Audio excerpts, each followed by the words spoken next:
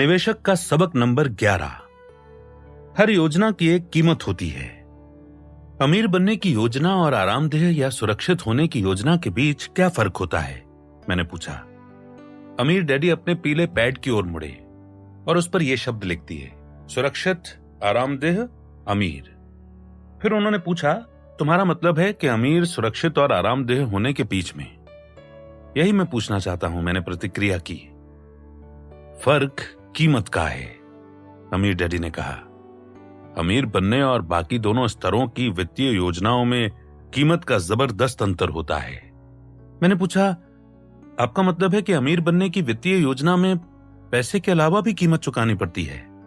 देखो, अधिकतर लोगों को ऐसा लगता है कि कीमत पैसों के संदर्भ में नापी जाती है, लेकिन ज्यादा गौर से देखने पर तुम पाओगे कि कीमत पैसे में नहीं नापी जाती। ये तो दरअसल समय में नापी जाती है। समय और आर्थिक संपत्तियों की तुलना की जाए तो समय दरअसल अधिक कीमती होता है। मैंने मुंह बनाते हुए वो समझने की कोशिश की जो अमीर डैडी मुझे बता रहे थे। आपका क्या मतलब है? कीमत समय के संदर्भ में नापी जाती है। इसका कोई उदाहरण दें? निश्चित रूप से। अगर मैं लॉस एंजलिस से न्यूयॉर्क जाना चाहता हूं तो बस से कितना किराया लगेगा? मुझे नहीं पता, शायद $100 से कम, मैंने जवाब दिया। मैंने कभी लॉस एंजलिस से न्यूयॉर्क तक का बस टिकट नहीं खरीदा। मैंने भी नहीं खरीदा। अब मुझे बताओ कि लॉस एंजलिस से न्यूयॉर्क तक के विमान के टिकट की लागत कितनी होगी? एक बार फिर मुझे सचमुच नहीं मालूम, लेकिन मुझे लगता है कि ये $500 के करीब आता होगा, मैंने जवाब दिया। काफी करीब है, अमीर डैडी ने कहा। अब मैं तुमसे एक सवाल पूछता हूं, कीमत में अंतर क्यों है? तुम दोनों ही मामलों में लॉस एंजलिस से न्यूयॉर्क तक की यात्रा कर रहे हो। विमान के टिकट के लिए तुम्हें ज्यादा पैसे क्यों चुकाने होंगे? ओह, मैं समझ गया, मैंने कहा और उस बात को समझने लगा जो अमीर डैडी कहने की कोशिश कर रहे थे। मैं विमान के टिकट के लिए ज्यादा पैसे इसलिए देता हूं क्योंकि मैं समय बचा रहा हूं। इससे समय बचाने के बजाय समय खरीदना मानो। जिस पल तुम समय को कीमती मानने लगते हो और ये सोचने लगते हो कि इसकी एक कीमत होती है, उसी पल तुम ज्यादा अमीर बनने लगोगे। मैं बैठकर सोचता रहा। अमीर डैडी जो कह रहे थे उसे मैं दरअसल पूरी तरह नहीं समझ पा रहा था, लेकिन मैं जो जानता था ये उनके लिए महत्वपूर्ण था। मैं कुछ कहना तो चाहता था, लेकिन ये नहीं जानता था कि क्या कहूं। समय मूल्यवान है, मैं इस विचार को समझता तो था, लेकिन मैंने इसके बारे में दरअसल कभी सोचा ही नहीं था कि इसकी एक कीमत होती है। समय बचाने के बजाय समय खरीदने का विचार अमीर डैडी के लिए महत्वपूर्ण था, लेकिन ये उस समय तक मेरे लिए महत्वपूर्ण नहीं था। आखिरकार मेरे मानसिक द्वंद्व को भांपते हुए अमीर डैडी ने खामोशी को तोड़ते हुए कहा, मैं शर्त लगा सकता हूं कि तुम्हारा परिवार बचाओ और बचत जैसे शब्दों का बहुत इस्तेमाल करता होगा। मैं शर्त लगाता हूं कि तुम्हारी मां अक्सर कहती होंगी कि वे शॉपिंग करते समय पैसे बचाने की कोशिश करती हैं, और तुम्हारे डैडी सोचते होंगे कि उनके पास बचत में जो पैसा है वो महत्वपूर्ण है। हाँ, वे ऐसा करते हैं, मैंने जवाब दिया। तो इसका आप क्या मतलब निकालते हैं? देखो, वे बचत की कोशिश में कड़ी मेहनत करते हैं, लेकिन वे बहुत सा समय बर्बाद भी करते हैं। मैंने देखा है कि किराने की दुकानों में खरीदार कुछ डॉलर बचाने की खातिर घंटों समय बर्बाद कर देते हैं। अमीर डैडी ने कहा, हो सकता है कि वे पैसे की बचत कर लें, लेकिन वे बहुत सा समय बर्बाद कर देते हैं। लेकिन क्या बचत महत्वपूर्ण नहीं है? मैंने पूछा। क्या आप बचत करके अमीर नहीं बन सकते? मैं ये नहीं कह रहा हूं कि बचत महत्वपूर्ण नहीं है, अमीर डैडी ने आगे कहा। और हां, ये बात भी है कि तुम बचत करके अमीर भी बन सकते हो। मैं तो बस ये कह रहा हूं कि कीमत दरअसल समय में नापी जाती है। एक बार फिर मैंने अपना मुंह सिकोड़ा और उनकी कही बातों से जूझने लगा। देखो, तुम बचत करके अमीर बन सकते हो और तुम सस्ते बनकर भी अमीर बन सकते हो, लेकिन इसमें बहुत लंबा समय लगता है, जैसे कि थोड़े पैसे बचाने के लिए बस यात्रा में लॉस एंजलिस से न्यूयॉर्क जाने में लगता है। बहरहाल असली कीमत समय में नापी जाती है। दूसरे शब्दों में $500 में विमान से जाने में 5 घंटे लगते हैं और $100 से बस में जाने में 5 दिन का समय लग सकता है। गरीब लोग पैसे में नापते हैं, अमीर लोग समय में नापते हैं। शायद इसीलिए बसों में सफर करने वाले ज्यादातर लोग गरीब रहते हैं, क्योंकि उनके पास पैसे कम, समय अधिक रहता है। मैंने पूछा, क्या इसलिए वे बस में सफर करते हैं? यह उनका हिस्सा है, अमीर डैडी ने सिर हिलाते हुए कहा। इस तरह उन्होंने बताया कि वे हमारी बातचीत के रुख से खुश नहीं थे, क्योंकि वे पैसे को समय से ज्यादा मूल्यवान मानते हैं। मैंने अंधेरे में तीर चलाते हुए कहा, काफी करीब है, अमीर डैडी ने कहा। मैंने गौर किया है कि किसी व्यक्ति के पास जितना कम पैसा होता है, वो उसे उतनी ही कसकर चिपकाए रहता है। मैं बहुत ही गरीब लोगों से मिला हूं जिनके पास बहुत सा पैसा होता है। मैंने आश्चर्य से पूछा, गरीब लोग जिनके पास बहुत सा पैसा होता है? हां, उनके पास बहुत सा पैसा होता है, अमीर डैडी ने कहा, क्योंकि वे पैसे को इस तरह जकड़े रहते हैं मानो उसमें कोई जादुई मूल्य हो। इसीलिए उनके पास बहुत सा पैसा होता है, लेकिन वे उतनी ही गरीबी में रहते हैं मानो वे कंगाल हों। तो अक्सर अमीरों के बजाय गरीब लोग पैसे को ज्यादा जकड़े रहते हैं? मैंने पूछा। मैं पैसे को सिर्फ लेन देन का माध्यम मानता हूं। वास्तविकता में पैसे का अपने आप में बहुत कम मूल्य होता है। तो जैसे ही मेरे पास पैसा आता है, मैं इसके बदले किसी सच्चे मूल्य की चीज को खरीद लेता हूं। विडंबना यह है कि जो लोग पैसे को बुरी तरह से जकड़ते हैं, उनमें से कई उस पैसे को लगभग मूल्यहीन चीजों पर उड़ा देते हैं और इसीलिए वे गरीब होते हैं। वे ऐसी बातें कहते हैं, बैंक में रखे पैसे जितना सुरक्षित, और जब वे अपनी कड़ी मेहनत से कमाए पैसे को खर्च करते हैं तो वे अपनी नकदी को कचरे में बदल लेते हैं। तो मैंने कहा, तो आपकी तुलना में वे पैसे को अधिक मूल्यवान समझते हैं? हां, अमीर डैडी ने कहा, कई मामलों में। गरीब और मध्यम वर्गीय लोग इसीलिए संघर्ष करते हैं क्योंकि वे पैसे को बहुत ज्यादा महत्व देते हैं। वे इसे अपने सीने से चिपकाए रखते हैं, इसके लिए जी तोड़ मेहनत करते हैं, कंजूसी से जीकर पाई पाई बचाते हैं, सेल में खरीदारी करते हैं और ज्यादा से ज्यादा बचाने की पूरी कोशिश करते हैं। इनमें से कई लोग सस्ते या घटिया बनकर अमीर बनने की कोशिश करते हैं। हो सकता है कि खेल खत्म होने पर आपके पास बहुत सारा पैसा हो, लेकिन आप फिर भी सस्ते या घटिया ही रहते हैं। मैं समझ नहीं पाया, मैंने जवाब दिया। आप उन मूल्यों की बात कर रहे हैं जो मेरे मम्मी डैडी ने मुझ में भरने की कोशिश की थी। आप उस तरीके के बारे में बात कर रहे हैं जिस तरीके से मैं इस वक्त सोचता हूं। मैं मरीन कॉर्प में हूं और मुझे ज्यादा पैसे नहीं मिलते हैं, इसलिए मैं स्वाभाविक तौर पर इसी तरह से सोचता हूं। मैं समझता हूं, अमीर डैडी ने जवाब दिया। किफायत और बचत की अपनी जगह है, लेकिन आज हम अमीर बनने की योजना और बाकी दोनों योजनाओं के फर्क पर बात कर रहे हैं। और फर्क कीमत का है, मैंने कहा। हां, और अधिकतर लोग सोचते हैं कि कीमत पैसे में नापी जाती है, और आप ये कह रहे हैं कि कीमत समय में नापी जाती है, मैंने कहा। और वो समझने लगा जो अमीर डैडी कहने की कोशिश कर रहे थे, क्योंकि समय पैसे से ज्यादा महत्वपूर्ण होता है। सिर हिलाते हुए अमीर डैडी बोले, कई लोग अमीर बनना चाहते हैं या अमीरों के निवेशों में निवेश करना चाहते हैं, लेकिन अधिकतर लोग समय का निवेश नहीं करना चाहते।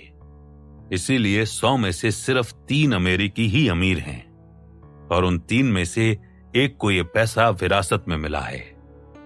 अमीर डैडी ने एक बार फिर अपने पीले पैड पर उन 3 बुनियादी मूल्यों को लिख लिया जिन पर हम बातचीत कर रहे थे। 1 सुरक्षित, 2 आरामदेह, 3 अमीर।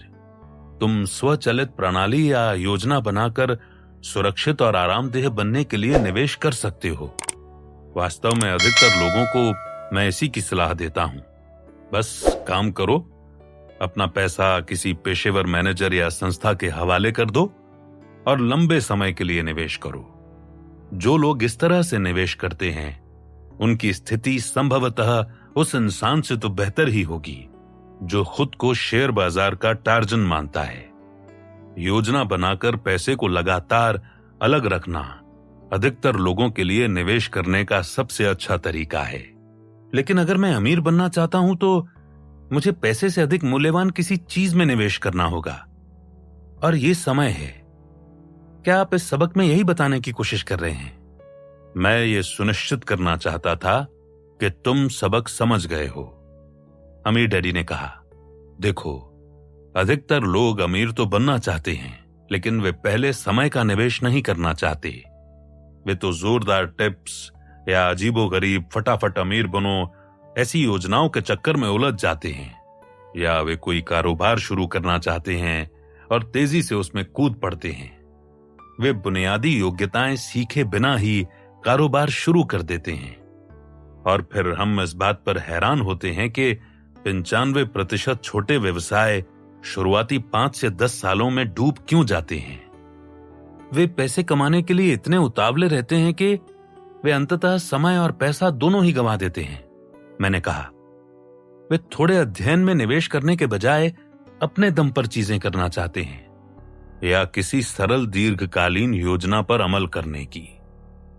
अमीर डैडी ने दोहराया, देखो, पाश्चात्य जगत में लगभग हर व्यक्ति आसानी से मिलियनेयर बन सकता है, बशर्ते वो दीर्घकालीन योजना पर चले। लेकिन एक बार फिर अधिकतर लोग समय का निवेश नहीं करना चाहते।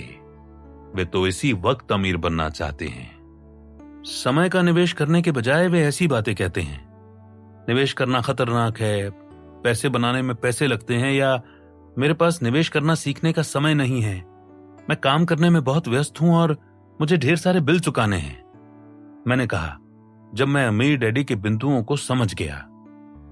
अमीर डैडी ने सिर हिलाया, और ये बहुत आम विचार या बहाने ही हैं जिनकी वजह से इतने कम लोग उस संसार में भारी दौलत हासिल करते हैं जो पैसे से भरा हुआ है।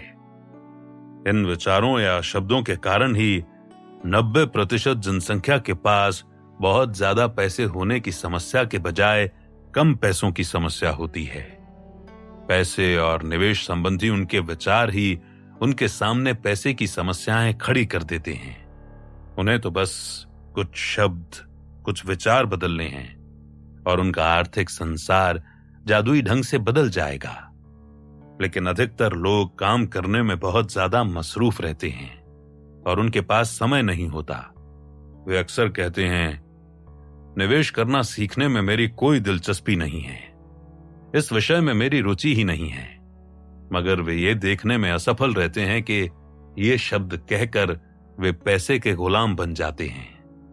वे पैसे के लिए काम करते हैं, पैसे को अपने जीवन की आर्थिक सीमाएं तय करने देते हैं, किफायत से अपने संसाधनों के भीतर गुजारा करते हैं।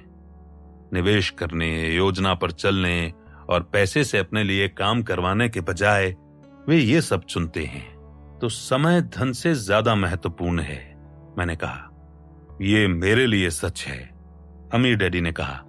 अगर तुम निवेश के अमीर स्तर पर पहुंचना चाहते हो तो तुम्हें बाकी 2 स्तरों से कहीं अधिक समय का निवेश करना होगा। अधिकतर लोग सुरक्षित और आरामदेह होने से आगे तक नहीं जाते हैं क्योंकि वे समय का निवेश नहीं करना चाहते। ये एक व्यक्तिगत निर्णय है जो हम सभी को लेना होता है। कम से कम व्यक्ति के पास सुरक्षित या आरामदेह बनने की वित्तीय योजना तो होनी ही चाहिए। उस व्यक्ति से अधिक ज्यादा जोखिम में कोई नहीं है जिसके पास ये दोनों बुनियादी योजनाएं नहीं हैं और वो सिर्फ अमीर बनना चाहता है। हालांकि कुछ लोग इसमें कामयाब हो जाते हैं, लेकिन अधिकतर लोग नहीं हो पाते। आप उन्हें जीवन के बाद के वर्षों में देखते हैं, कड़के, हताश और उस सौदे के बारे में बात करते हुए जिसमें वे पैसा बनाते बनाते रह गए, या उस पैसे के बारे में जो कभी उनके पास था। जीवन के अंत में उनके पास न तो समय रहता है और ना ही पैसा। तो मैं सोचता हूं कि यही समय है कि मैं अधिक समय का निवेश शुरू करूं, खासतौर पर तब जब मैं अमीर स्तर पर निवेश करना चाहता हूं। मैंने कहा, मैं उस कड़के तथा टूटे बूढ़े आदमी बनने के विचार से कांप उठा जो अपनी बियर पीते पीते उन सौदों के बारे में बात करे जो होते होते रह गए। मैं पहले ही ऐसे निवेशकों को देख चुका था और उनसे मिल चुका था। ऐसे इंसान को देखना सुखद नहीं होता जिसके पास समय और धन दोनों ही ना हो। मानसिक दृष्टिकोण प्रश्नावली। जहां तक संभव हो, सुरक्षित और आरामदेह स्तरों पर निवेश करना मशीनी प्रणाली या फॉर्मूले के आधार पर होना चाहिए और उसमें किसी तरह के दिमाग का इस्तेमाल नहीं होना चाहिए। अपना होमवर्क करें और पेशेवर प्रतिष्ठित मैनेजर्स के साथ काम करें ताकि वे आपकी योजना का अनुसरण करें। अगर आप जल्दी शुरू कर देते हैं और अगर किस्मत आपका साथ देती है तो अंत में आपके पास एक सोने का हंडा होगा। इन दो बुनियादी स्तरों पर निवेश इतना ही सरल होता है और इतना ही होना चाहिए।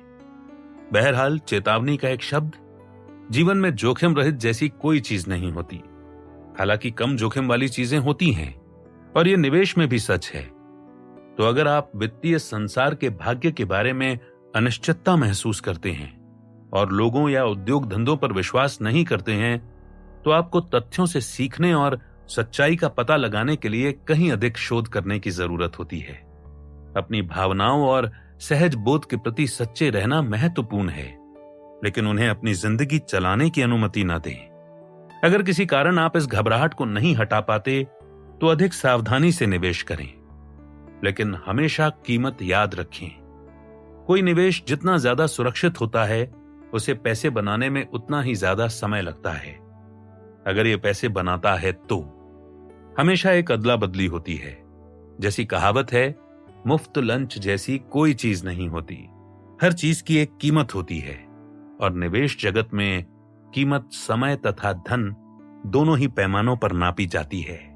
जब आर्थिक दृष्टि से सुरक्षित या आरामदेह बनने की आपकी निवेश योजनाएं बन जाएं और पटरी पर चलने लगें, तो आप उस जोरदार शेयर की टिप पर दाम लगा सकते हैं जो आपके किसी दोस्त ने दी है।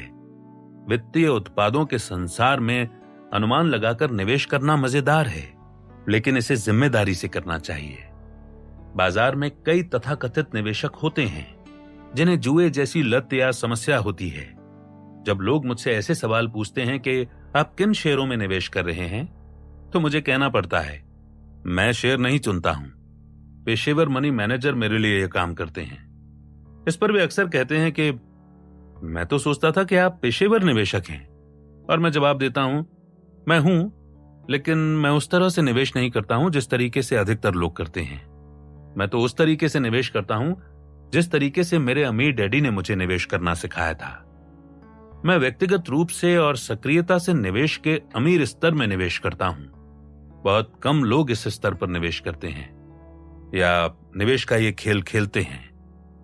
इस पुस्तक का बचा हुआ हिस्सा निवेश के इसी स्तर के प्रति समर्पित है जो मेरे अमीर डैडी ने मुझे सिखाया था। ये तरीका हर एक के लिए नहीं है, खास तौर पर अगर आपके पास पहले से ही सुरक्षित और आरामदेह स्तर न हो। तो मानसिक दृष्टिकोण प्रश्न है, 1. क्या आप सुरक्षित या आरामदेह बनने के लिए अपनी आर्थिक जरूरतें पूरी करने की अपनी निवेश योजना बनाने के इच्छुक हैं? 2. क्या आप अमीर स्तर पर, मेरे अमीर डैडी के स्तर पर, निवेश करना सीखने के लिए समय का निवेश करने के इच्छुक हैं? यदि आपको जवाबों के बारे में पक्का पता न हो और आप ये पता लगाना चाहते हो कि अमीर डैडी का निवेश किस स्तर के अध्ययन के समर्पण की मांग करता है, तो बची हुई पुस्तक यानी कि ये ऑडियो बुक आपको जानकारी दे देगी कि अमीर स्तर पर निवेश करने के लिए किन चीजों की जरूरत होती है। निवेशक का सबक नंबर 12, निवेश करना खतरनाक क्यों नहीं है? 3 कारणों से लोग कहते हैं कि निवेश करना खतरनाक है। पहला कारण, उन्हें निवेशक बनने का प्रशिक्षण नहीं मिला है। अगर आपने कैश फ्लो क्वाड्रेंट पढ़ी हो, जो रिच डैड पुअर डैड का अगला भाग है, तो आपको याद होगा कि अधिकतर लोग कैश फ्लो क्वाड्रेंट के दाएं हिस्से के बजाय बाएं हिस्से का प्रशिक्षण लेने के लिए स्कूल जाते हैं। दूसरा कारण, ज्यादातर निवेशकों में नियंत्रण की कमी होती है या नियंत्रण होता ही नहीं है। उदाहरण के लिए अमीर डैडी कहते थे कि कार चलाने में थोड़ा जोखिम रहता है, लेकिन स्टीयरिंग व्हील से हाथ हटाकर कार चलाना सचमुच खतरनाक होता है। फिर उन्होंने कहा कि जब निवेश की बात आती है तो अधिकतर लोग अपने हाथ स्टीयरिंग व्हील से हटाकर कार चला रहे होते हैं। इस पुस्तक का पहला चरण निवेश करने के पहले खुद पर नियंत्रण करने के बारे में है। अगर आपके पास कोई योजना नहीं है, थोड़ा सा अनुशासन नहीं है और थोड़ा संकल्प नहीं है, तो अन्य निवेशक नियंत्रणों से ज्यादा फायदा नहीं होगा। बाकी की पुस्तक अमीर डैडी के 10 निवेशक नियंत्रणों के बारे में बताएगी। तीसरा कारण, लोग निवेश को खतरनाक इसलिए कहते हैं क्योंकि अधिकतर लोग अंदर से नहीं बाहर से निवेश करते हैं। हम में से अधिकतर लोग सहज बोध से जानते हैं कि अगर आपको कोई वास्तविक सौदा चाहिए तो यह आपको अंदर रहने से ही मिलता है। आपने अगर किसी को कहते सुना होगा कि उस कारोबार में मेरा एक मित्र है, इससे कोई फर्क नहीं पड़ता कि कारोबार क्या है। ये कार खरीदना, नाटक के टिकट लेना या नई ड्रेस खरीदना हो सकता है। हम सभी जानते हैं कि अंदर रहना ही वो जगह है जहां पर सौदे किए जाते हैं। निवेश जगत भी इससे भिन्न नहीं है। जैसा वॉल स्ट्रीट फिल्म में माइकल डगलस द्वारा अभिनीत खलनायक पात्र गॉर्डन गेको ने कहा था, अगर आप अंदर की तरफ नहीं हैं तो आप बाहर ही रह जाते हैं। हम अंदर और बाहर रहने के आपसी संबंध की समीक्षा बाद में करेंगे। इस समय यह देखना दिलचस्प है कि कैश फ्लो क्वाड्रेंट के बाएं हिस्से के लोग अमूमन बाहर से निवेश करते हैं। इसके विपरीत बी और आई वाले लोग अंदर तथा बाहर दोनों तरफ से निवेश करने में समर्थ होते हैं। महत्वपूर्ण टिप, जब ये पुस्तक यानी कि ऑडियो बुक जब आगे बढ़ती है तो पैसे संबंधी कई पवित्र सिद्धांतों की चमड़ी उधड़ सकती है। इनसाइड इन्वेस्टिंग या अंदरूनी निवेश उनमें से एक है। असल संसार में कानूनी अंदरूनी निवेश भी होता है और गैर कानूनी अंदरूनी निवेश भी होता है। एक महत्वपूर्ण फर्क है। अखबारों में जिसके बारे में छपता है वो गैर कानूनी अंदरूनी निवेश है। बहरहाल असल संसार में अंदरूनी निवेश कानूनी अधिक होते हैं, जिनके बारे में अखबारों में नहीं छपता है। मैं इसी प्रकार के अंदरूनी निवेश के बारे में बात कर रहा हूं। किसी टैक्सी ड्राइवर की जोरदार टिप भी कई मायनों में एक अंदरूनी टिप है। अंदरूनी निवेश में असल सवाल दरअसल यह है कि आप अंदर के कितने करीब हैं। अमीर डैडी की योजना। जब अमीर डैडी ने 3 बुनियादी वित्तीय मूल्यों की सूची बनाई, सुरक्षित, आरामदेह और अमीर बनना, तो उन्होंने कहा, जब तुम निवेश के सुरक्षित और आरामदेह स्तर पर निवेश करते हो तो बाहर से निवेश करने में पूरी समझदारी नजर आती है।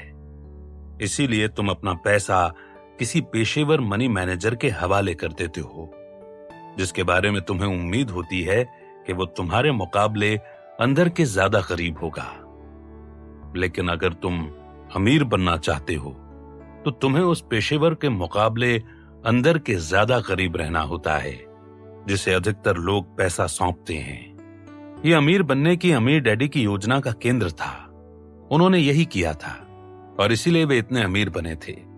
उनकी योजना पर अमल करने के लिए मुझे कैश फ्लो क्वाड्रेंट के बाएं नहीं दाएं हिस्से में पाई जाने वाली शिक्षा और अनुभवों की जरूरत थी।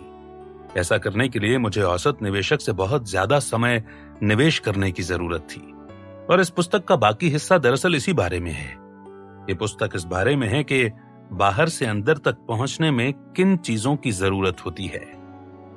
निर्णय लेने से पहले मुझे एहसास है कि कई लोग सिर्फ अंदर जाने के लिए निवेश पर उतना ज्यादा समय नहीं लगाना चाहते, लेकिन आपके निर्णय लेने के पहले और अमीर डैडी की योजना के बारे में अधिक विस्तार से जाने से पहले मैंने सोचा कि मैं आपको निवेश के विषय का एक बहुत सरलीकृत संक्षिप्त विवरण दे दूं।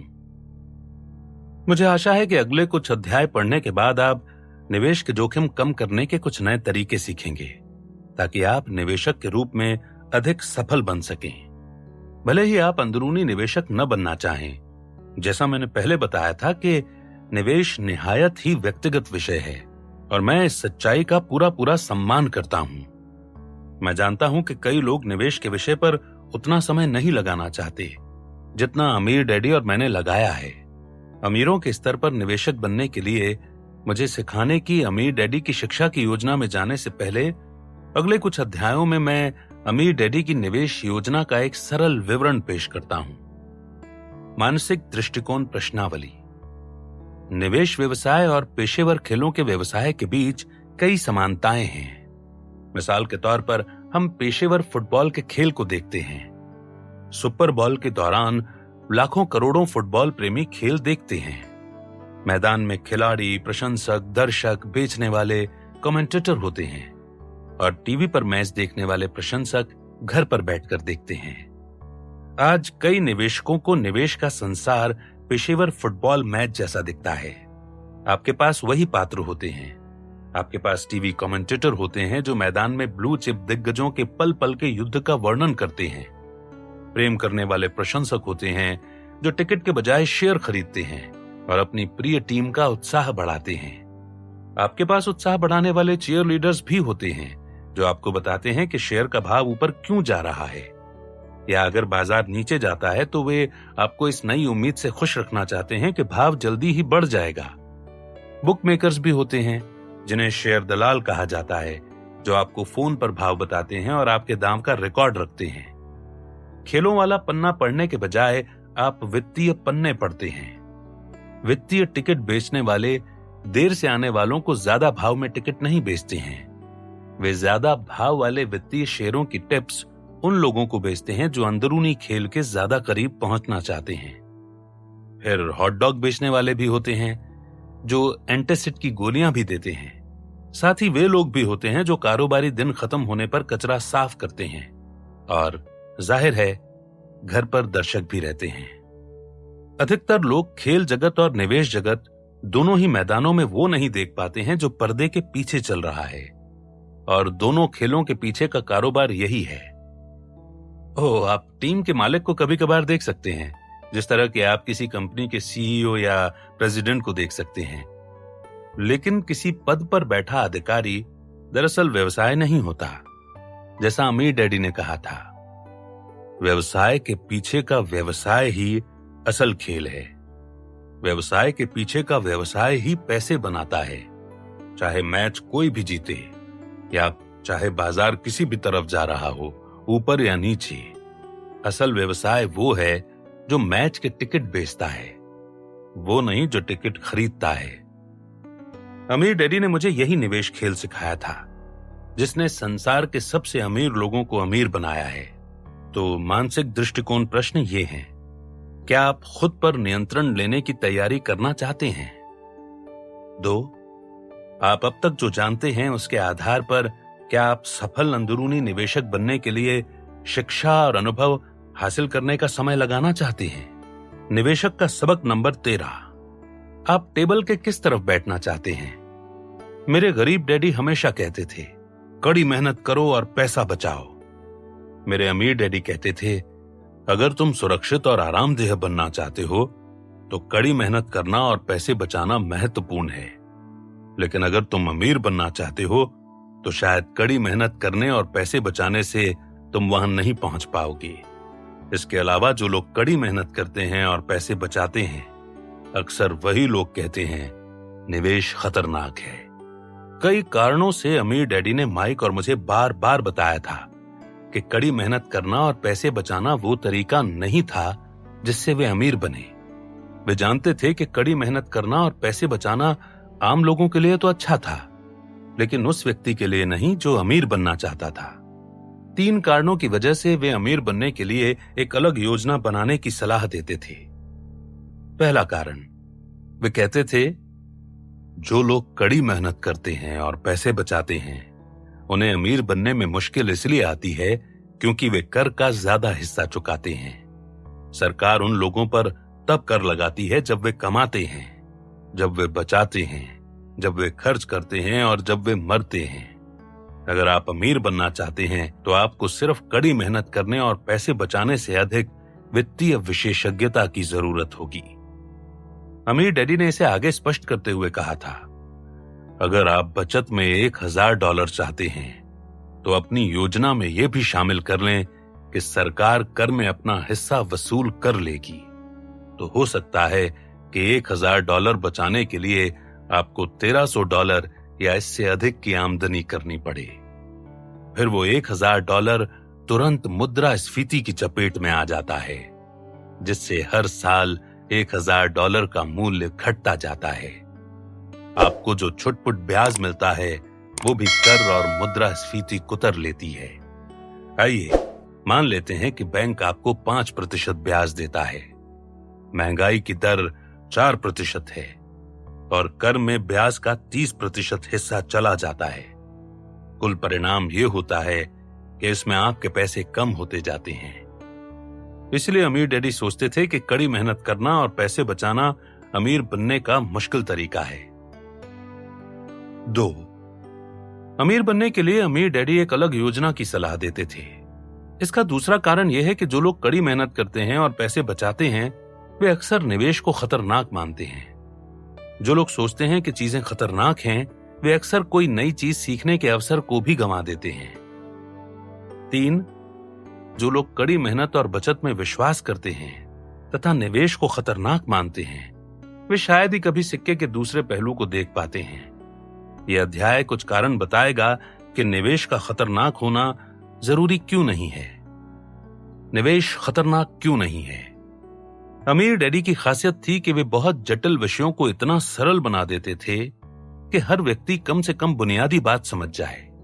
रिच डैड पुअर डैड में मैंने इनकम स्टेटमेंट और बैलेंस शीट के रेखा चित्र बताए थे, जिनका इस्तेमाल उन्होंने मुझे अकाउंटिंग और वित्तीय साक्षरता की बुनियादी बातें सिखाने के लिए किया था। कैश फ्लो क्वाड्रेंट में मैंने अमीर डैडी का रेखा चित्र बताया था, जिसने चारों क्वाड्रेंटों में पाए जाने वाले लोगों के बीच के बुनियादी भावनात्मक और शैक्षणिक अंतरों को स्पष्ट किया था। निवेश को समझने के पहले मुझे उन 2 पुस्तकों में सिखाए सबक पूरी तरह से समझने की जरूरत थी। जब मेरी उम्र 12 से 15 साल के बीच की थी तो अमीर डैडी मुझे कभी कभार अपने पास बैठा लेते थे। जब वे नौकरी मांगने वाले लोगों का साक्षात्कार लेते थे, शाम 4:30 पर, जिस समय वे साक्षात्कार लेते थे, मैं अमीर डैडी के बगल में एक कुर्सी पर लकड़ी की बड़ी टेबल के पीछे बैठ जाता था। जिसका इंटरव्यू लेना होता था उसके लिए टेबल के पार एक अकेली कुर्सी रखी रहती थी। एक एक करके उनकी सेक्रेटरी संभावित कर्मचारियों को बड़े कमरे में भेजती थी और हर व्यक्ति को उस अकेली खुली कुर्सी पर बैठने का निर्देश देती थी।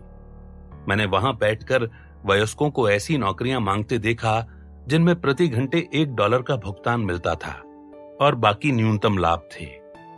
हालांकि मैं किशोर था, लेकिन मैं फिर भी जानता था कि अमीर बनने की बात तो रहने ही दें, एक दिन में $8 पर परिवार पालना ही मुश्किल था। मैंने कॉलेज की डिग्री वाले लोगों को भी देखा, जिनमें से कई तो पीएचडी भी थे, जो अमीर डैडी से मैनेजर या तकनीकी योग्यता वाली ऐसी नौकरियां मांग रहे थे जिनकी तनख्वाह प्रति माह $500 से भी कम थी। कुछ समय बाद अमीर डैडी की तरफ वाली टेबल पर बैठने का नयापन खत्म हो गया। अमीर डैडी ने साक्षात्कार के पहले या दौरान या बाद में मुझसे कुछ नहीं कहा। आखिर जब मैं 15 साल का हो गया और टेबल के पीछे बैठे बैठे उकता गया तो मैंने उनसे पूछा, आप मुझे यहां बैठाकर इन लोगों को नौकरी मांगते क्यों दिखाना चाहते हैं? मैं कुछ नहीं सीख रहा हूं और अब मैं इससे ऊबने लगा हूं। इसके अलावा इतने बड़े लोगों को नौकरी और पैसे के लिए इतना जरूरतमंद देखना दुखद है। इनमें से कुछ तो सचमुच हताश हैं। वे अपनी वर्तमान नौकरी तब तक नहीं छोड़ सकते जब तक कि आप उन्हें दूसरी नौकरी न दे दें। उन्हें क्या हो गया है? आप मुझे ये सब क्यों दिखाना चाहते हैं? हर बार जब मैं आपके साथ बैठता हूं तो मुझे चोट पहुंचती है। उनके नौकरी मांगने में मुझे कोई समस्या नहीं है, लेकिन उनकी आंखों में पैसे के लिए जो छटपटाहट दिखती है उससे मुझे दिक्कत होती है। अमीर डैडी एक पल के लिए टेबल पर स्थिर बैठे रहे और उन्होंने अपने विचार बटोरे। फिर वे बोले, मैं तुम्हारे इसी सवाल का इंतजार कर रहा था। इससे मुझे भी कष्ट होता है और इसलिए मैं चाहता था कि तुम ज्यादा बड़े होने के पहले ये देख लो। अमीर डैडी ने अपना पीला पैड निकाला और उस पर कैश फ्लो क्वाड्रेंट खींच दिया। तुम अभी हाई स्कूल कर रहे हो। जल्दी ही तुम्हें इस बारे में बहुत महत्वपूर्ण निर्णय लेने होंगे कि बड़े होने पर तुम क्या बनोगे, बशर्ते तुमने वे पहले ही क्यों न ले लिए हों। मैं जानता हूं कि तुम्हारे डैडी तुम्हें कॉलेज जाने और अच्छी तनख्वाह वाली नौकरी खोजने के लिए प्रोत्साहित कर रहे हैं। अगर तुम उनकी सलाह मानते हो तो तुम इस दिशा में जाओगे। रिच डैड ने फिर एक लकीर ई और एस की ओर खींच दी। अगर तुम मेरी बात मानते हो तो तुम कैश फ्लो क्वाड्रेंट के दाएं हिस्से वाला व्यक्ति बनने के लिए अध्ययन कर रहे होगे। फिर उन्होंने बी और आई वाले हिस्से तक एक तीर खींच दिया। आपने मुझे ये कई बार दिखाया है, मैंने धीरे से जवाब दिया।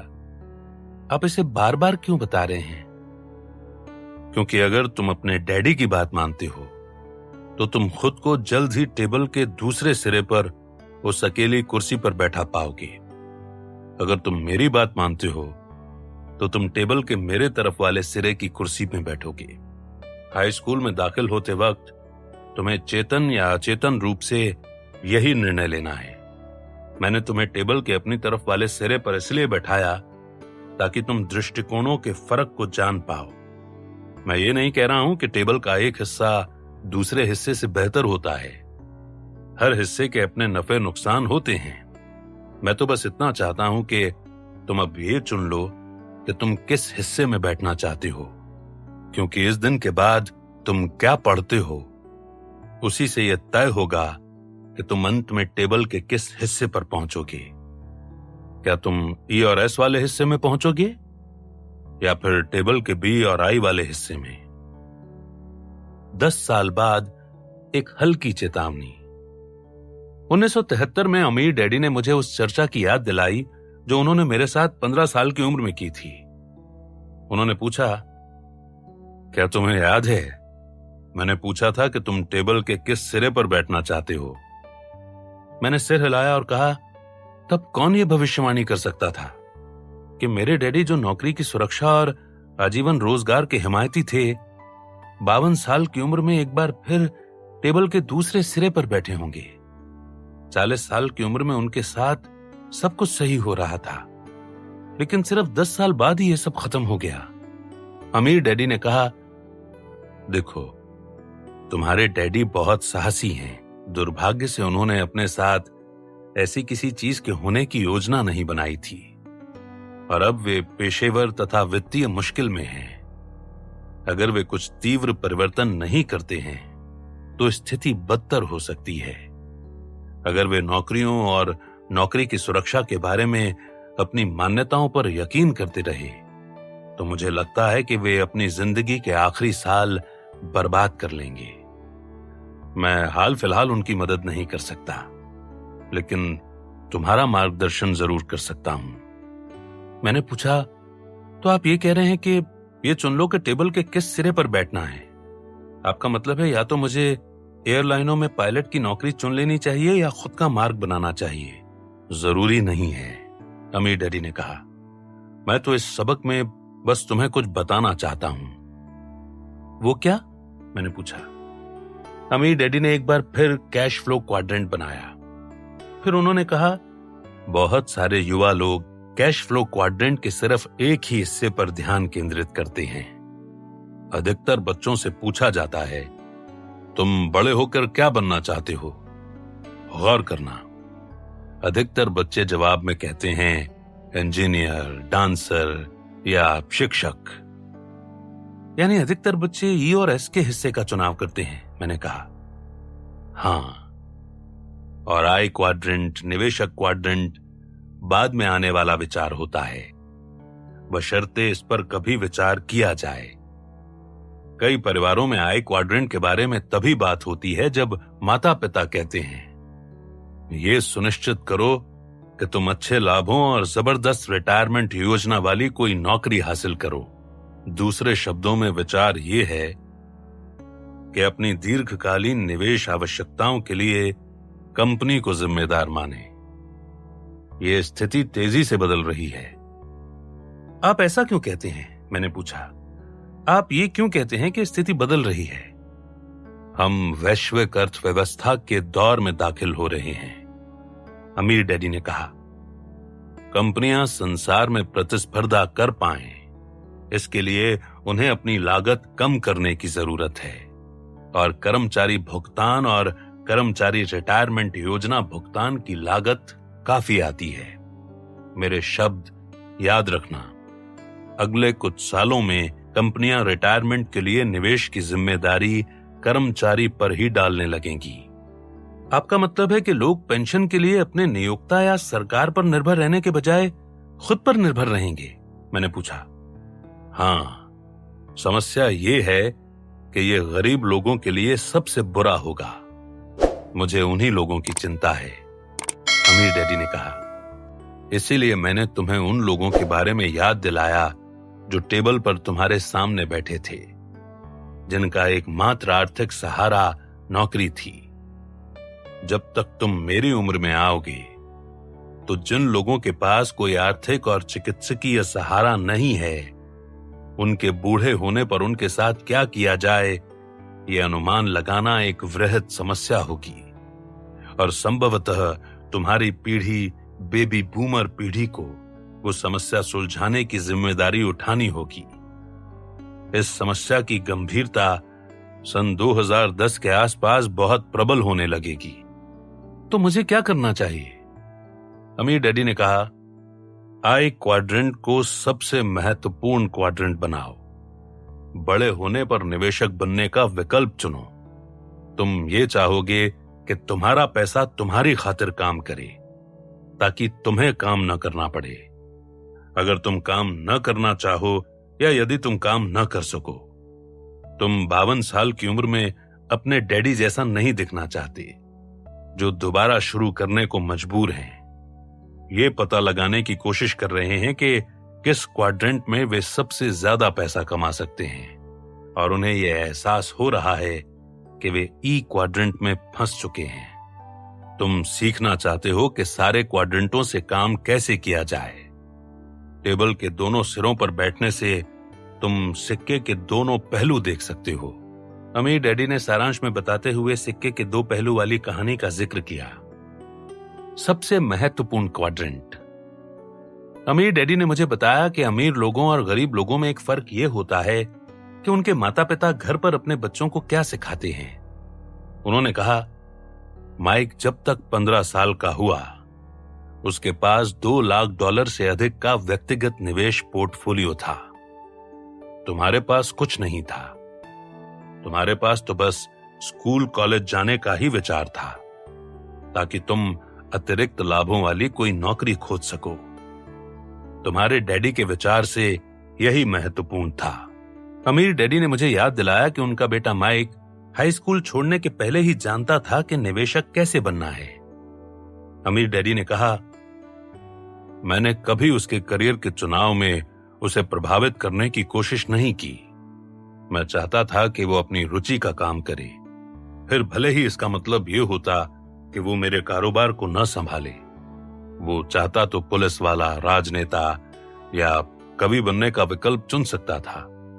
मैं तो बस इतना चाहता था कि वो भले ही कुछ भी बने, लेकिन सबसे पहले एक निवेशक बने।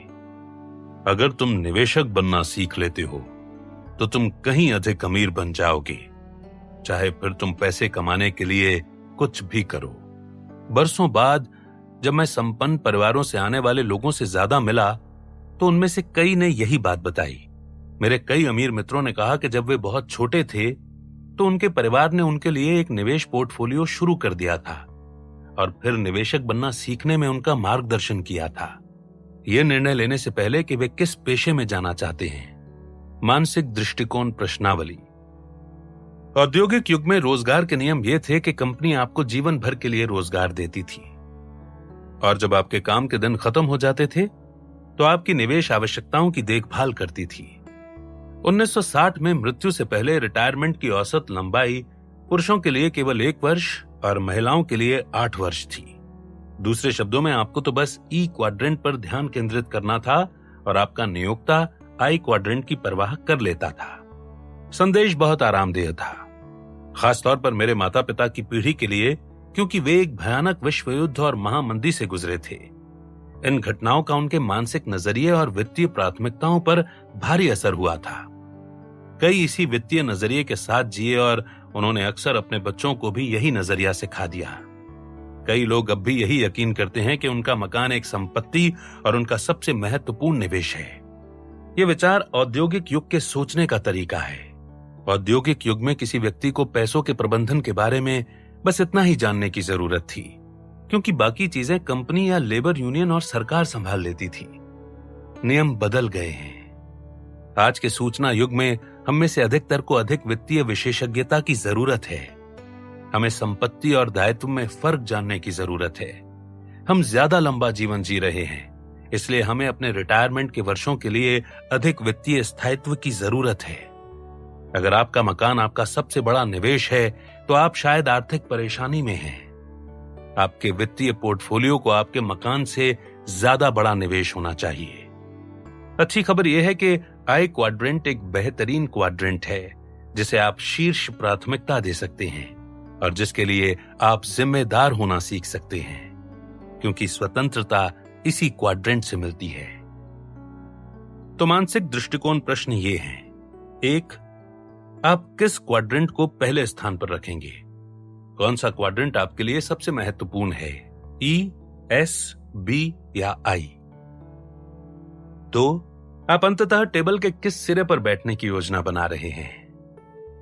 मैंने दूसरे प्रश्न को पूछने के बाद इस वजह से इसे बिना किसी जवाब के छोड़ दिया। आपने गौर किया होगा कि जब कोई बड़ी कंपनी हजारों कर्मचारियों की छटनी करती है तो कंपनी के शेयर का भाव अक्सर ऊपर उछल जाता है। यह टेबल के 2 सिरों का एक उदाहरण है। जब कोई व्यक्ति टेबल के दूसरे सिरे पर पहुंच जाता है तो संसार को देखने का उसका दृष्टिकोण भी बदल जाता है। और जब व्यक्ति क्वाड्रेंट बदलता है, भले ही सिर्फ मानसिक और भावनात्मक रूप से, तो अक्सर वफादारियां भी बदल जाती हैं। मेरा मानना है कि यह परिवर्तन, युगों के परिवर्तन, औद्योगिक युग की सोच से सूचना युग की सोच तक के कारण हुआ है। यह परिवर्तन भविष्य में व्यवसायों और व्यवसायियों के लिए कुछ सबसे बड़ी चुनौतियां उत्पन्न करने वाला है।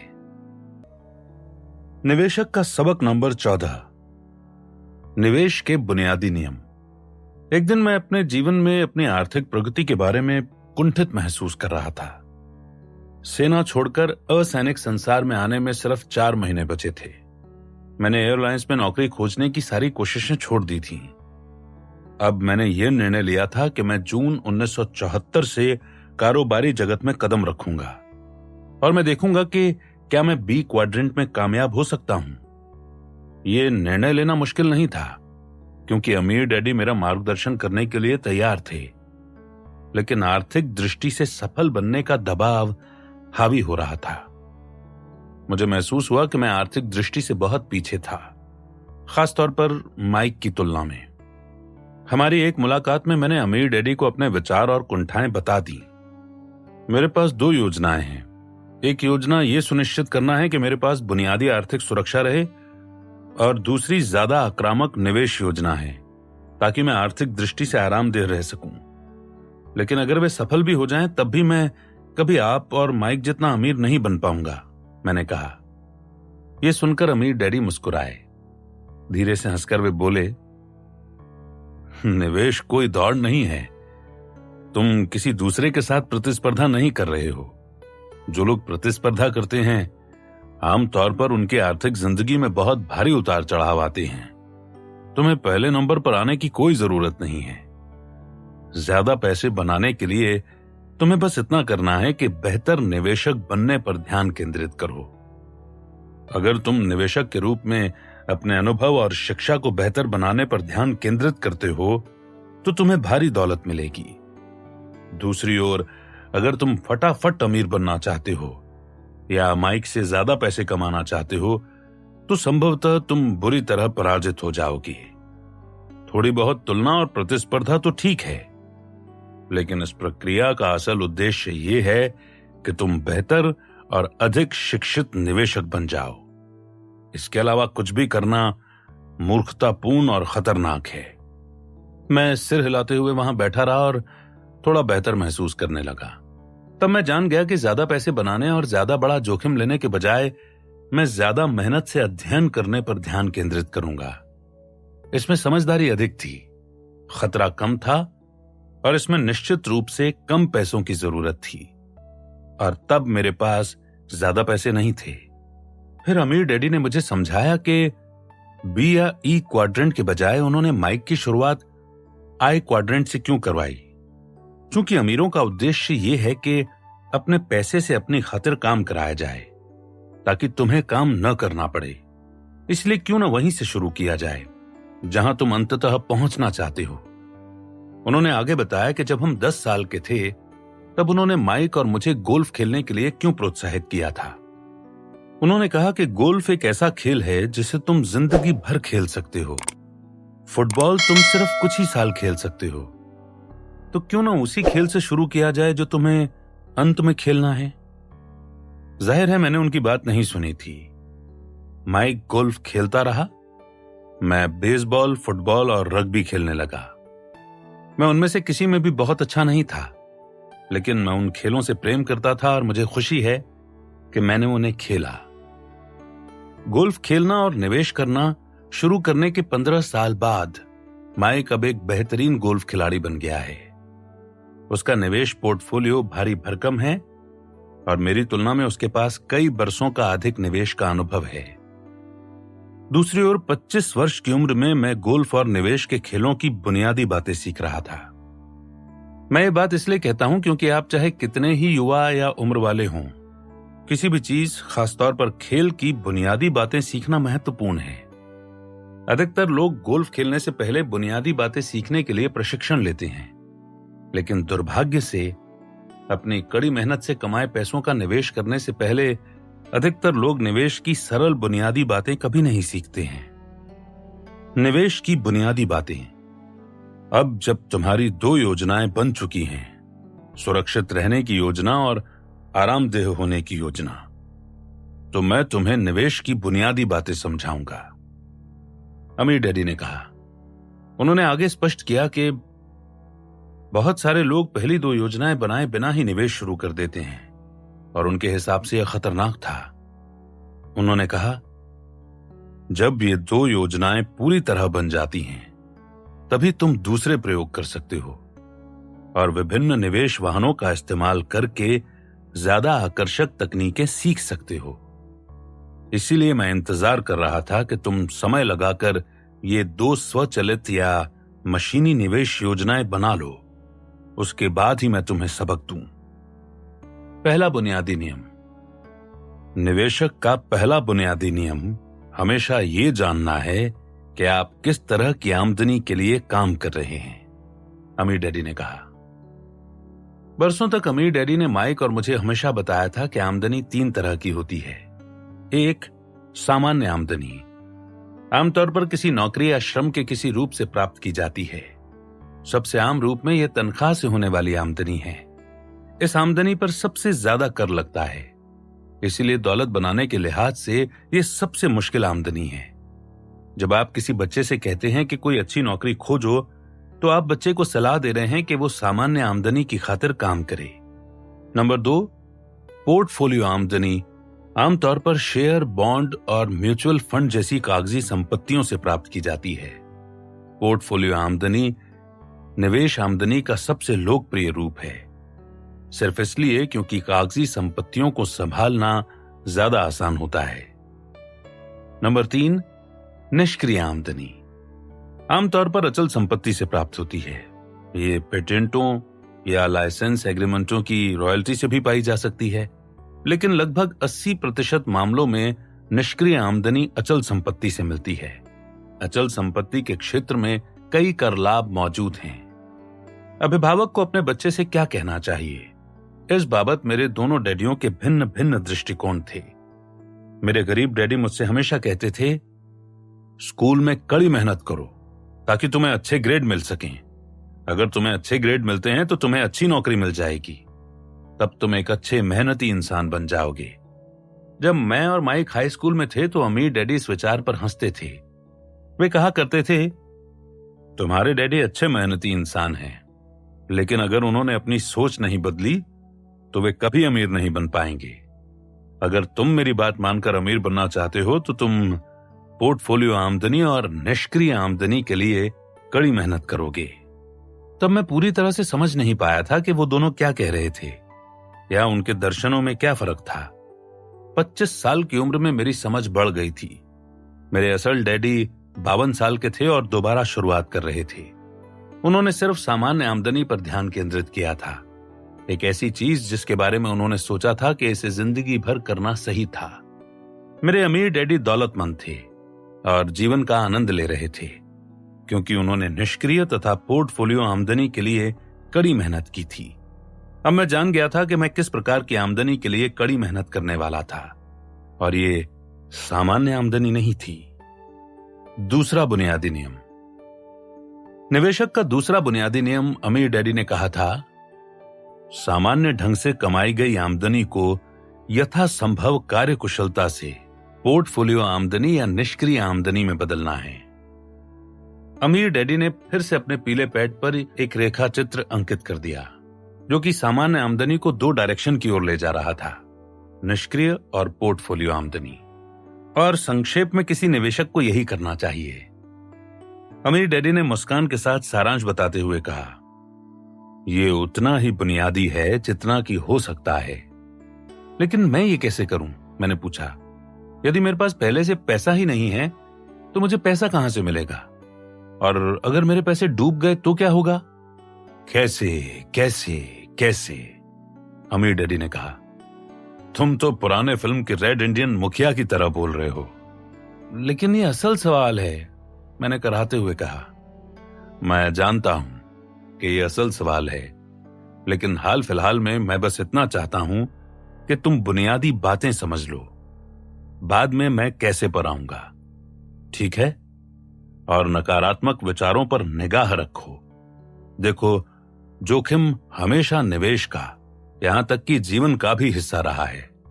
जो लोग बहुत नकारात्मक होते हैं और जोखिम से बचते हैं, वे अपनी नकारात्मकता और जोखिम के डर की वजह से अधिकतर अवसरों से पीछे हट जाते हैं। समझ गए? मैंने सिर हिलाया। मैं इसे समझ गया। अगला बुनियादी नियम बताएं।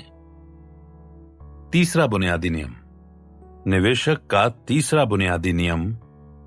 अमीर डैडी ने मेरे आखिरी कथन पर सिर हिलाते हुए कहा, अपनी सामान्य अर्जित आमदनी को सुरक्षित रखना है।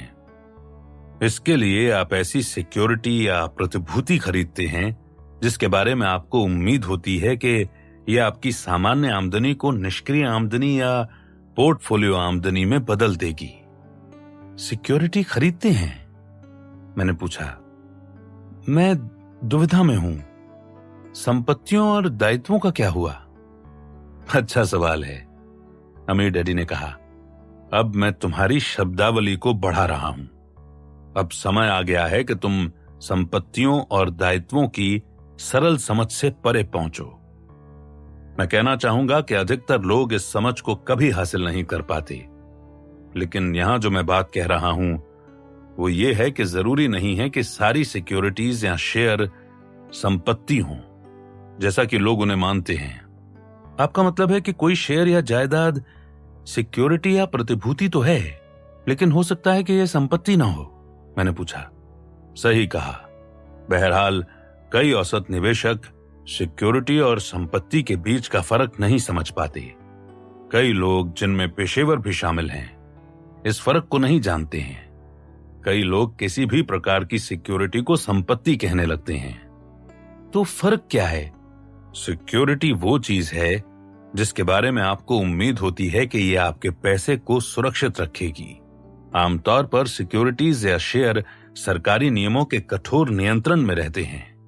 इसीलिए अमेरिकी सरकार का जो संगठन अमेरिका के अधिकतर निवेश संसार पर नजर रखता है, उसे सिक्योरिटीज एंड एक्सचेंज कमीशन कहा जाता है।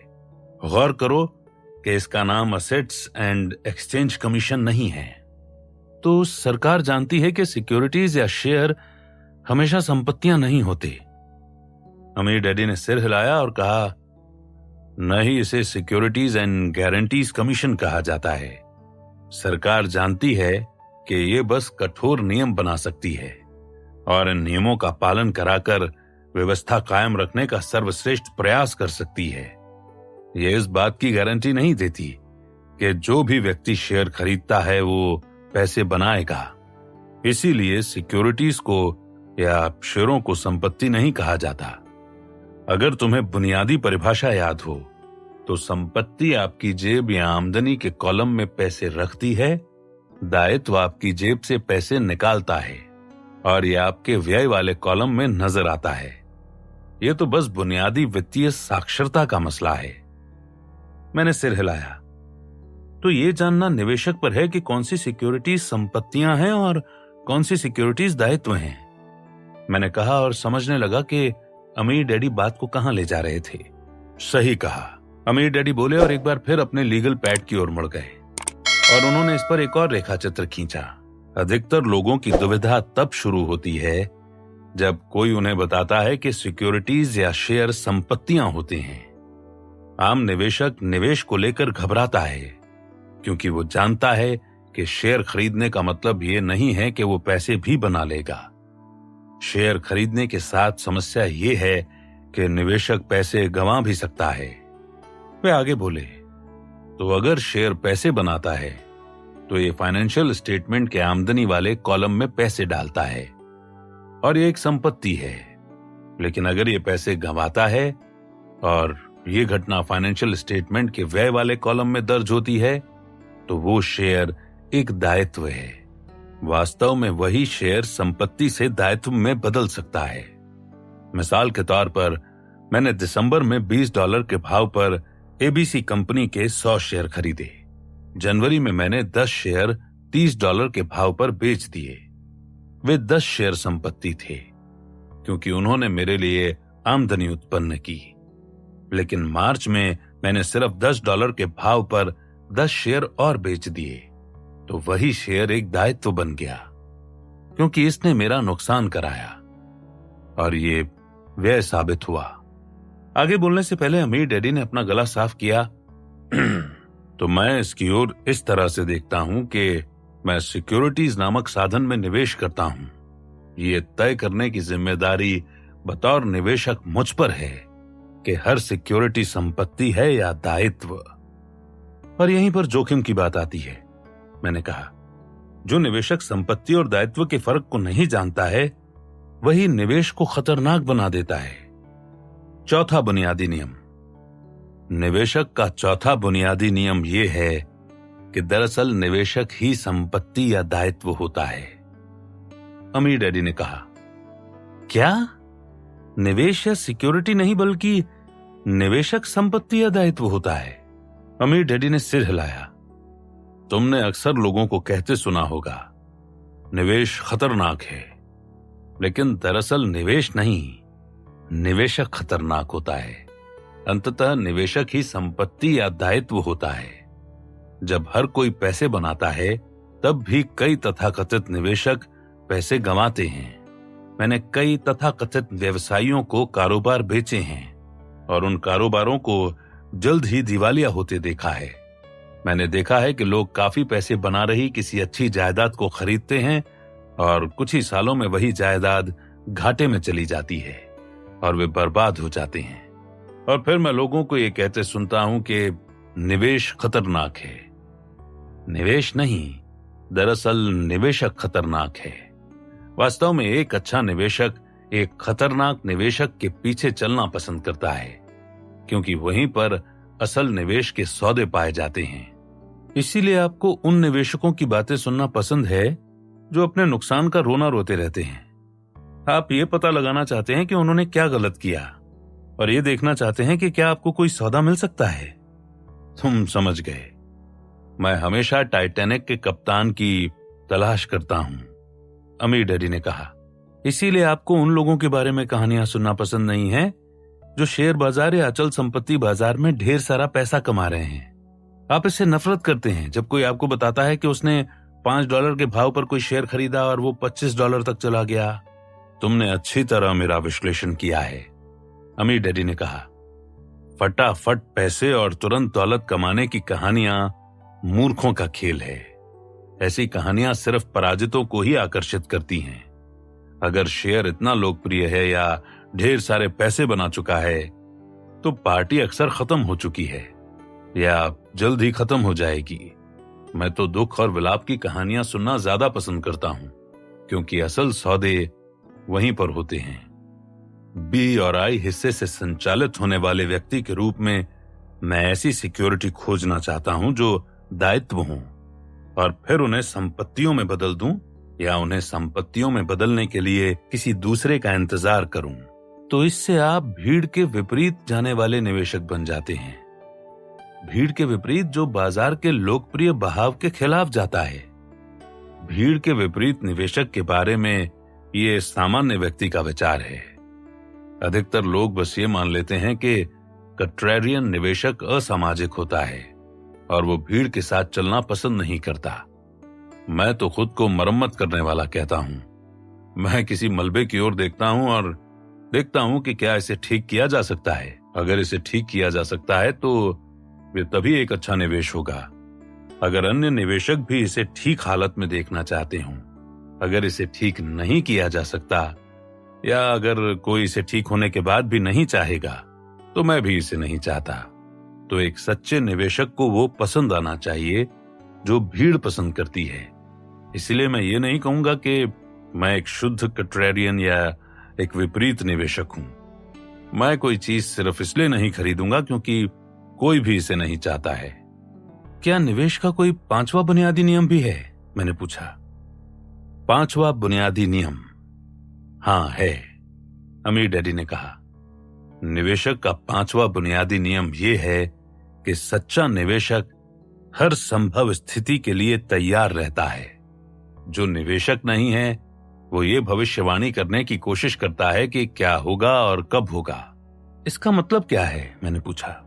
क्या तुमने कभी किसी को ये कहते सुना है कि 20 साल पहले मैं उस जमीन को $500 प्रति एकड़ के भाव पर खरीद सकता था और अब इसकी ओर देखो, किसी ने इसके ठीक पास एक शॉपिंग सेंटर बना दिया है और अब यही जमीन $5 लाख प्रति एकड़ हो गई है। हाँ, मैंने ऐसी कहानियां बहुत बार सुनी हैं। हम सभी ने सुनी हैं। देखो, ये उस व्यक्ति का उदाहरण है जो तैयार नहीं था। जो निवेश आपको अमीर बनाते हैं उनमें से अधिकतर बहुत कम समय के लिए ही उपलब्ध होते हैं। शेयर बाजार के संसार में अवसर की यह संकरी खिड़की कुछ पलों के लिए खुली रहती है और अचल संपत्ति के संदर्भ में ये कई बार बरसों तक खुली रहती है।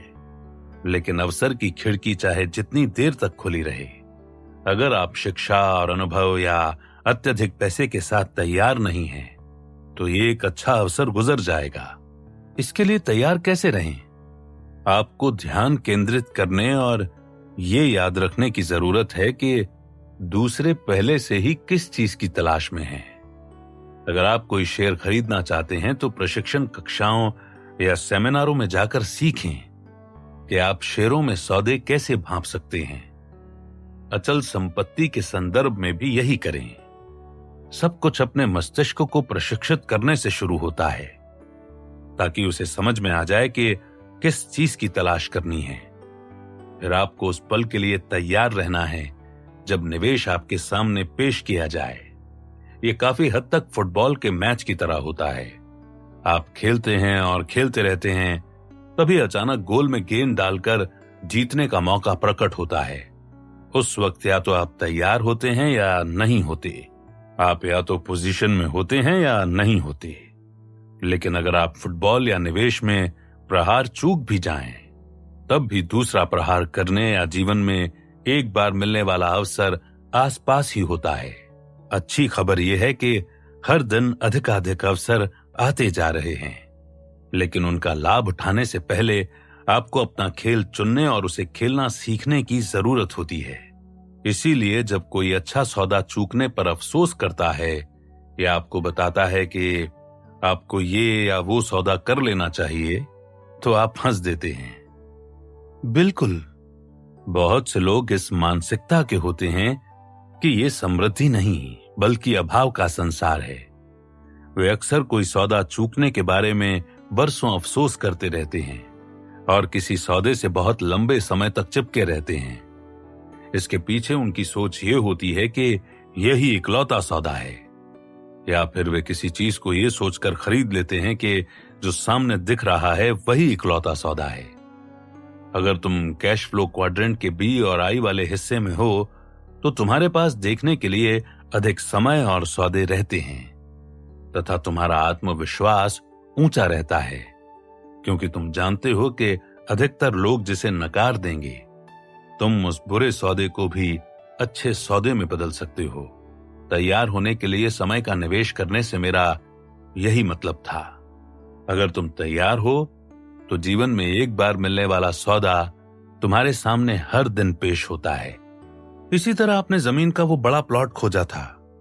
बस सड़क पर चलते चलते मैंने टिप्पणी की और याद किया कि अमीर डैडी ने अचल संपत्ति का एक बहुत अच्छा प्लॉट कैसे हासिल किया था।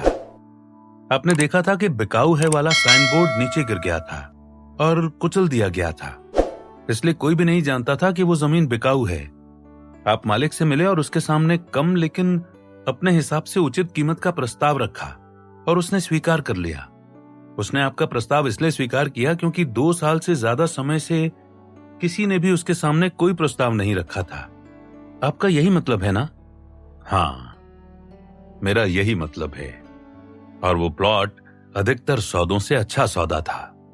तैयार होने से मेरा यही मतलब है। मैं जानता था कि जमीन कितनी मूल्यवान थी और मैं ये भी जानता था कि कुछ महीनों में उस इलाके में क्या होने वाला था। इसीलिए बहुत कम कीमत के साथ ही जोखिम भी बहुत कम था।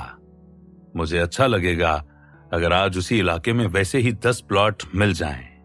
और भविष्यवाणी मत करो से आपका क्या मतलब है? मैंने पूछा। देखो, क्या तुमने कभी किसी को यह कहते सुना है, अगर बाजार गिर गया तो क्या होगा, तब मेरे निवेश का क्या होगा? इसलिए मैं कुछ खरीद नहीं रहा हूं, पहले इंतजार करके देखता हूं कि क्या होता है। कई बार मैंने कहा, कई लोगों के सामने निवेश का जब कोई अच्छा अवसर पेश किया जाता है तो वे उससे पीछे इसलिए हट जाते हैं क्योंकि उनके बुनियादी डर भविष्यवाणी करने लगते हैं कि कौन सी तबाहियां होने वाली हैं।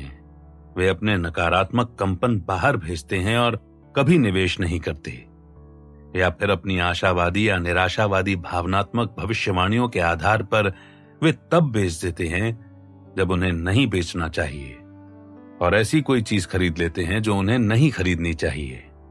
मैंने कहा, अगर वे थोड़े शिक्षित होते तो उनके पास थोड़ा अनुभव होता और वे तैयार होते तो वे उस निवेश के उस अवसर को ज्यादा समझदारी से संभाल सकते थे। बिल्कुल। इसके अलावा एक अच्छा निवेशक बनने की एक बुनियादी बात मुनाफे के लिए तैयार रहना है, चाहे बाजार ऊपर जाए या नीचे। वास्तव में सबसे अच्छे निवेशक गिरते बाजार में ज्यादा पैसा कमाते हैं, क्योंकि बाजार जितनी तेजी से उठता है उतनी ज्यादा तेजी से गिरता है। जैसी कहावत है, बैल यानी चढ़ता बाजार सीढ़ियों से ऊपर जाता है और भालू यानी कि गिरता बाजार खिड़की से छलांग लगाता है। अगर तुम दोनों ही दिशाओं के लिए तैयार नहीं हो तो निवेश नहीं बल्कि निवेशक के रूप में तुम बहुत खतरनाक हो। इसका मतलब है कि कई लोग भविष्यवाणी करके अमीर निवेशकों की जमात से खुद को हटा लेते हैं। अमीर डैडी ने सिर हिलाया। मैंने बहुत से लोगों के मुंह से सुना है, मैं अचल संपत्ति इसलिए नहीं खरीदता क्योंकि मैं आधी रात को टॉयलेट ठीक करने के फोन नहीं सुनना चाहता। देखिए, मैं भी इस तरह के फोन नहीं सुनना चाहता, इसीलिए तो मैंने जायदाद के मैनेजर रखे हुए हैं। लेकिन मुझे अचल संपत्ति के कैश फ्लो पर मिलने वाले कर लाभ पसंद हैं, जो शेयरों में नहीं मिलते। तो लोग अक्सर तैयार रहने के बजाय भविष्यवाणी करते हैं और अवसरों से दूर हट जाते हैं। मैंने कहा, और ये समझने लगा कि तैयार होना इतना महत्वपूर्ण क्यों था। मैं तैयार होना कैसे सीख सकता हूं? मैं तुम्हें शेयर कारोबार की कुछ बुनियादी तकनीकें सिखा दूंगा, जिनका ज्ञान सभी पेशेवर निवेशकों को होना चाहिए, जैसे short, call option, put option, straddle आदि। लेकिन वो सब बाद में। हाल फिलहाल तो भविष्यवाणी के बजाय तैयारी के लाभों पर बहुत बातचीत हो गई है। लेकिन मैं तैयारी के बारे में एक सवाल और पूछना चाहता हूं। मैंने विरोध किया। कौन सा? अमीर डैडी ने कहा। मैंने पूछा, मान ले मुझे कोई बेहतरीन सौदा मिल जाता है, लेकिन अगर मेरे पास पर्याप्त पैसे न हो तो क्या होगा? छठा बुनियादी नियम। यह निवेश का छठा बुनियादी नियम है, अमीर डैडी ने कहा। अगर तुम तैयार हो, यानी अगर तुम्हारे पास शिक्षा तथा अनुभव है और तुम्हें कोई अच्छा सौदा मिल जाता है, तो पैसा तुम्हें खोज लेगा या तुम पैसे को खोज लोगे। अच्छे सौदे देखकर लोगों के मन में लालच आ जाता है, इसीलिए जब कोई इंसान अच्छे सौदे को खोज लेता है तो वो सौदा, क्योंकि उसमें भारी पुरस्कार का वादा छुपा हुआ है, पैसे को आकर्षित कर लेता है।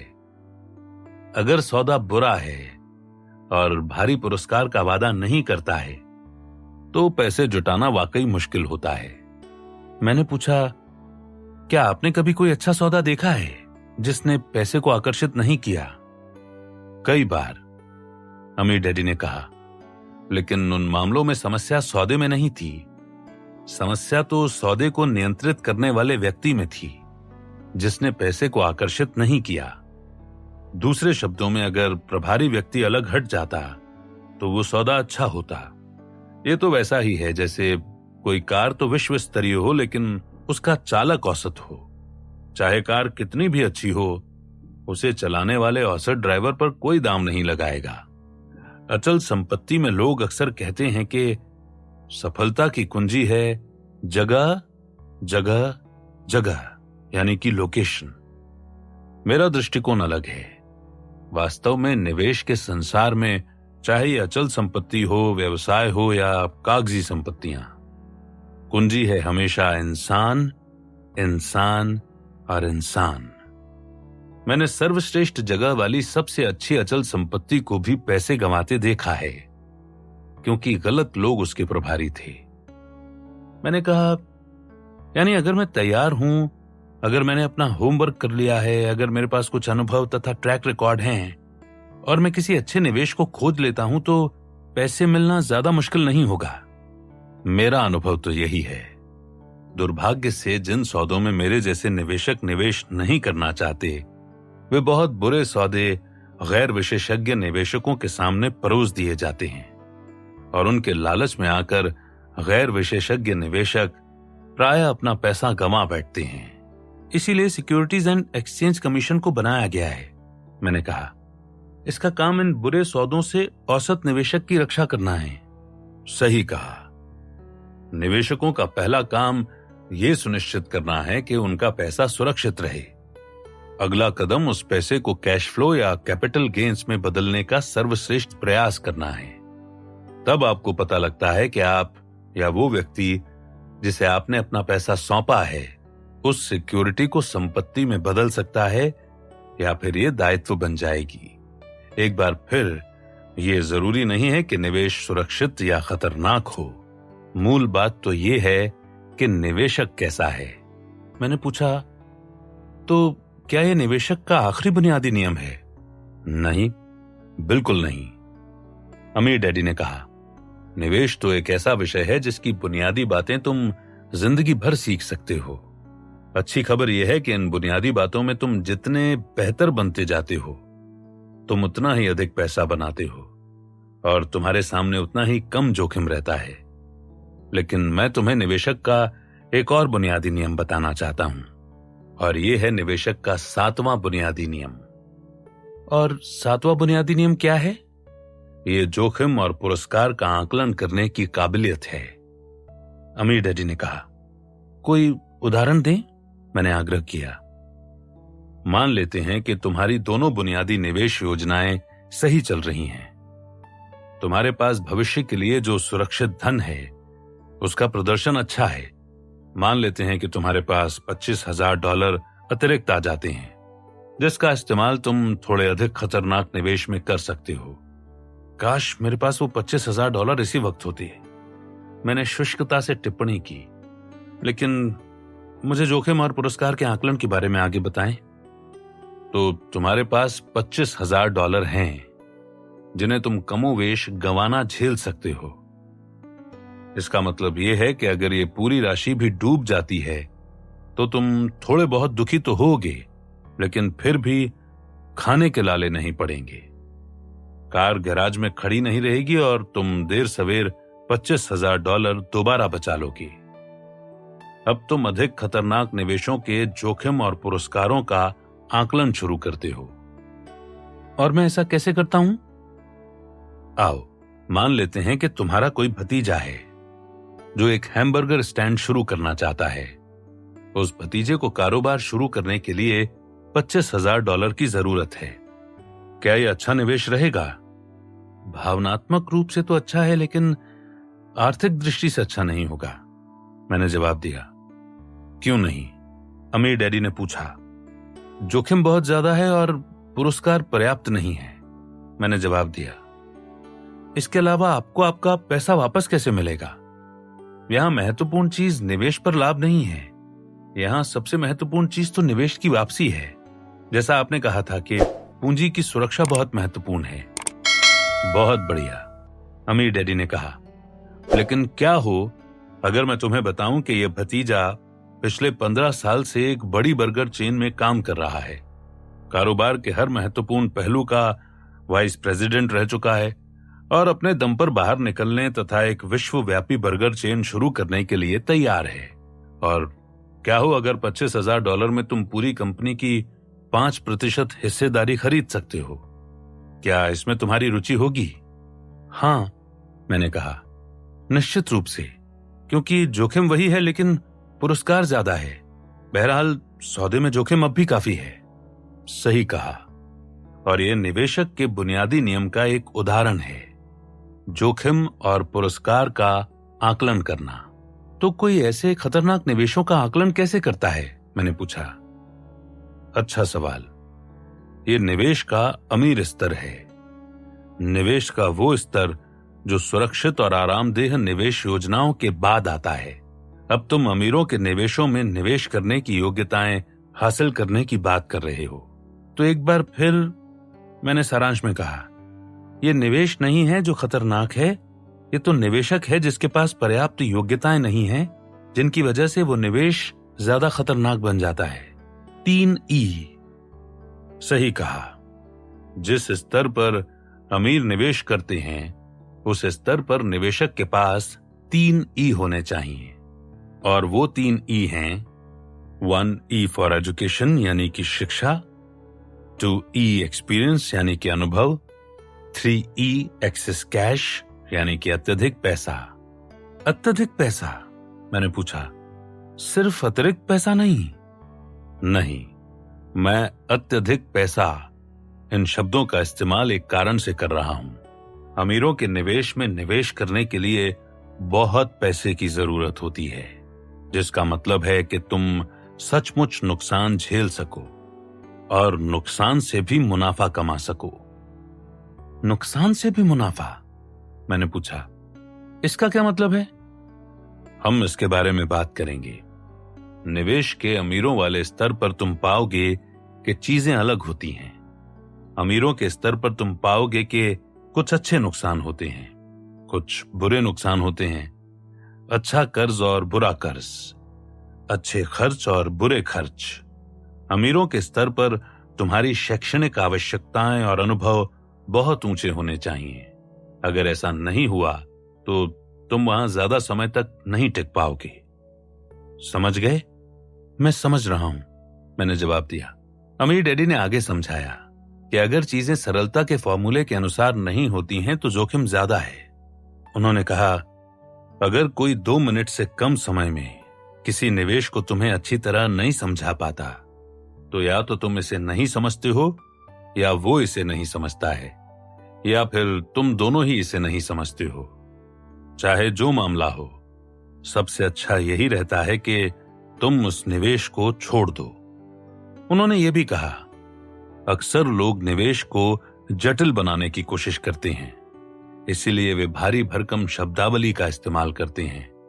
जब कोई ऐसा करे तो उससे सरल भाषा में बोलने को कहें। अगर वो इस निवेश को इस तरह नहीं समझा पाता कि कोई 10 साल का बच्चा भी कम से कम मोटी मोटी बातें समझ सके, तो आसार यही है कि वो भी इसे नहीं समझता है। पीई सिर्फ यही बताता है कि कोई शेयर कितना महंगा है, और कैप रेट, जिसका इस्तेमाल अचल संपत्ति में होता है, बस ये नापती है कि जायदाद आपकी जेब में कितना पैसा पहुंचाती है या नहीं पहुंचाती। तो अगर निवेश सरल नहीं है तो उसे मत करो, मैंने पूछा। नहीं, मैं ये भी नहीं कह रहा हूं, अमीर डैडी ने कहा। अक्सर जिन लोगों की निवेश में रुचि नहीं होती या जिनमें पराजित व्यक्ति का नजरिया होता है, वही कहेंगे, अरे अगर ये आसान नहीं है तो मैं इसे नहीं करूंगा। इस तरह के आदमी से मैं अक्सर कहता हूं, जब आप पैदा हुए थे तो आपके माता पिता ने आपको पॉटी ट्रेनिंग देने में बहुत मेहनत की थी। इसका मतलब ये है कि एक वक्त ऐसा था जब आपके लिए टॉयलेट जाना भी मुश्किल था। आज आपके पास पॉटी ट्रेनिंग है और वहां जाना आपके लिए बस बुनियादी बातों का हिस्सा है। मानसिक दृष्टिकोण प्रश्नावली। मैंने पाया है कि बहुत सारे लोग अपने नीचे दृढ़ वित्तीय बुनियाद रखे बिना अमीरों के निवेशों में निवेश करना चाहते हैं। अक्सर लोग अमीर व्यक्ति के स्तर पर इसीलिए निवेश करना चाहते हैं क्योंकि उनकी आर्थिक स्थिति खराब है और वे बुरी तरह पैसा चाहते हैं। जाहिर है कि अगर आप पहले से अमीर नहीं हैं तो मैं आपको अमीर व्यक्ति के स्तर पर निवेश करने की सलाह नहीं दूंगा। न ही मेरे अमीर डैडी ये सलाह देते हैं। सौभाग्य से आरामदेह बनने की वित्तीय योजना कुछ लोगों को पर्याप्त पैसे दे देती है, जिसकी वजह से वे खुद को अमीर मानने लगते हैं। लेकिन जब तक वे अमीरों की तरह सोचना नहीं सीखते हैं, तब तक वे गरीब ही रहेंगे। फर्क बस इतना है कि वे पैसे वाले गरीब रहेंगे। तो मानसिक दृष्टिकोण प्रश्न ये है, जहां अमीर लोग निवेश करते हैं, अगर वहां आप निवेश करने जा रहे हैं या ऐसा इरादा रखते हैं, तो क्या आप वो हासिल करने के इच्छुक हैं जिन्हें अमीर डैडी 3 ई कहते थे? Education, experience and excessive cash. अगर जवाब नहीं है तो बाकी की पुस्तक शायद आपके लिए ज्यादा मूल्यवान नहीं होगी। नहीं, मैं आपको अंतरात्मा से अमीरों के किसी निवेश में निवेश करने की सलाह दूंगा जिनके बारे में मैं लिखूंगा। अगर आप इस बारे में जिज्ञासु हैं या ज्यादा मालूम करना चाहते हैं कि शिक्षा तथा अनुभव में और कौन सी चीजें शामिल हैं जो अत्यधिक पैसा हासिल करने की ओर ले जाती हैं, तो पढ़ते रहें। इस पुस्तक के अंत में आप फैसला कर सकते हैं कि आप 3 ई हासिल करना चाहते हैं या नहीं। रास्ते में आपको पता चल सकता है कि आर्थिक दृष्टि से पहले सुरक्षित और फिर आरामदेह बनने की योजनाओं से आप छड़ ऊपर उठा सकते हैं। जिस तरह एक स्तर पर सफल होने के बाद हाई जंप या पोल वॉल्ट करने वाला खिलाड़ी छड़ को थोड़ा ऊपर उठा देता है, उसी तरह आप भी सुरक्षित और आरामदेह स्तरों पर आर्थिक दृष्टि से सफल होने के बाद अपनी छड़ तथा लक्ष्यों को ऊपर उठा सकते हैं और अमीर बनने पर ज्यादा समय दे सकते हैं। जैसा अमीर डैडी ने कहा था, निवेश एक ऐसा विषय है जिसके बुनियादी सिद्धांत आप जीवन भर सीख सकते हैं। उनका मतलब यह था कि शुरुआत में यह जटिल नजर आता है, लेकिन बाद में सरल हो जाता है। आप इस विषय को जितना ज्यादा सरल बना लेते हैं और जितनी ज्यादा बुनियादी बातें सीख लेते हैं, आप उतने ही ज्यादा अमीर बन सकते हैं, वो भी जोखिम कम करके। अधिकतर लोगों के लिए सबसे बड़ी चुनौती होती है समय का निवेश करना।